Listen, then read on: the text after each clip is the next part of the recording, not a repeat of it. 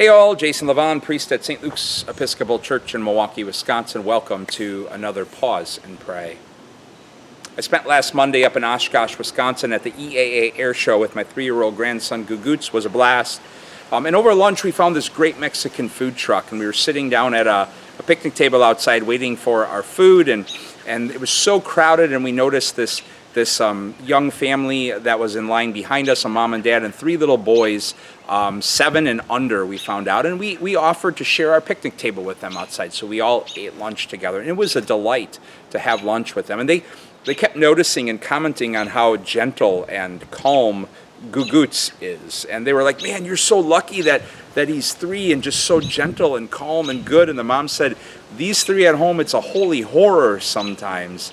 And then she went on to say, we thought that with each kid we'd have more under our belt to be equipped to handle all the chaos, but it's just not the case. We've just kind of come to embrace that our work's always going to be unfinished, and all we can do is try our best.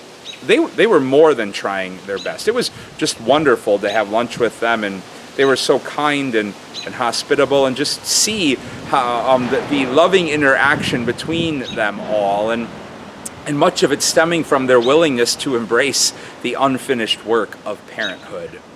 In today's daily office, we're invited to reflect on chapter 8 of Mark's Gospel, where Jesus heals a man who's blind, but it takes some work on Jesus' part. He tries initially to heal the man, but it doesn't work.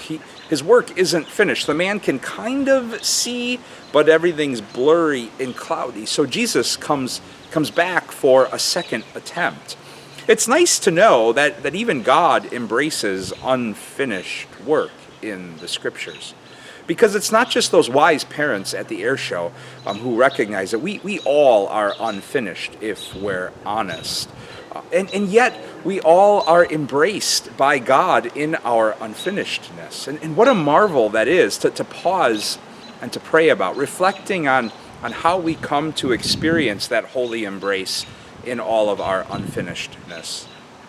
I experience it most powerfully in my partner Christy, who certainly knows how unfinished I am and yet somehow loves me anyways.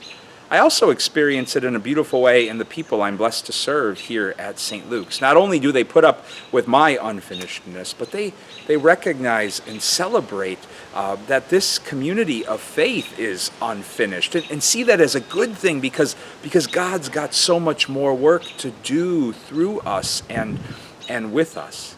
They teach me the real gift of it all, that somehow God rejoices in working through all of our unfinishedness.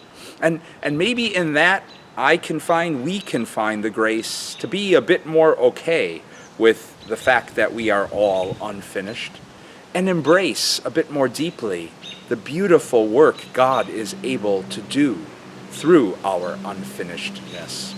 God's peace and blessings to you all.